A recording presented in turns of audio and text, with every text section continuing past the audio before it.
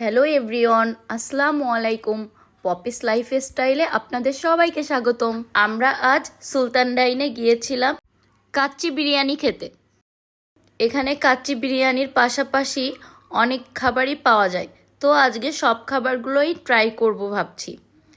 তো অগ্নিলা অনেক খুশি, কারণ সে কাচ্চি ভাই আর সুলতান ডাইনের খাবার খুব পছন্দ করে। ওর বাবা ঢাকা থেকে আসার পর আমাদের প্রতিদিনই প্রায় বাইরে খাওয়া পড়ে, কারণ ওর বাবা খুবই ভোজন রসিক একটা মানুষ। আমরা এখানে যেয়ে বসে পড়লাম খেতে। অগ্নিলা কিন্তু খুবই খুশি। ওর বাবা থাকা অবস্থায় আমার ওজন কিন্তু 4-5 কেজি অলরেডি বেড়ে যায়। তো অগ্নিলা এখানে খেতে বসে গিয়েছে। আমাদেরকে এখানে দেওয়া হয়েছে খাসির কাচ্চি বিরিয়ানি। বিরিয়ানিটা কিন্তু খুবই সুন্দর ছিল। কাচ্চি ভাইয়ের বিরিয়ানির ভিতর কিন্তু সলিড মাংস পাওয়া যায় না, কিন্তু সুলতান ডাইনের বিরিয়ানিটার ভিতর মাংসের পিসটা একটু বড় পাওয়া যায় এবং সলিড মাংস পাওয়া যায়। কাচ্চি ভাইয়ের রাইসের পরিমাণটা একটু বেশি থাকে আর সুলতান ডাইনের রাইসের পরিমাণটা একটু কম থাকে, কিন্তু মাংসগুলো খুবই সলিড পাওয়া যায়। তবে আমরা দুই জায়গা থেকেই খেয়ে থাকি, কারণ এক এক জায়গার টেস্ট এক এক রকম। তবে কাচ্চি ভাই থেকে সুলতান ডাইনের বিরিয়ানির টেস্টটা একটু বেশি ভালোই হয়ে থাকে, কারণ আমার যা মনে হয় এখানে মশলার পরিমাণটা একটু বাড়িয়ে দেয়।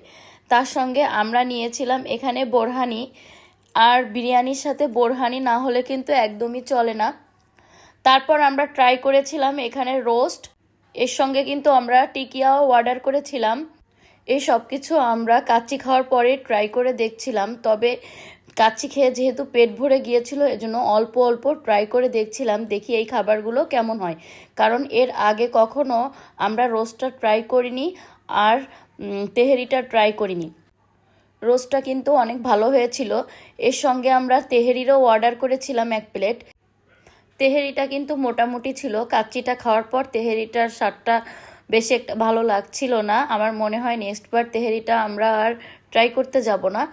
তারপর লাস্ট ডিজার্ট হিসেবে এখানের ফিন্নিটা অর্ডার করেছিলাম। যাই হোক, ফিন্নিটা কিন্তু খুবই মজা হয়েছিল।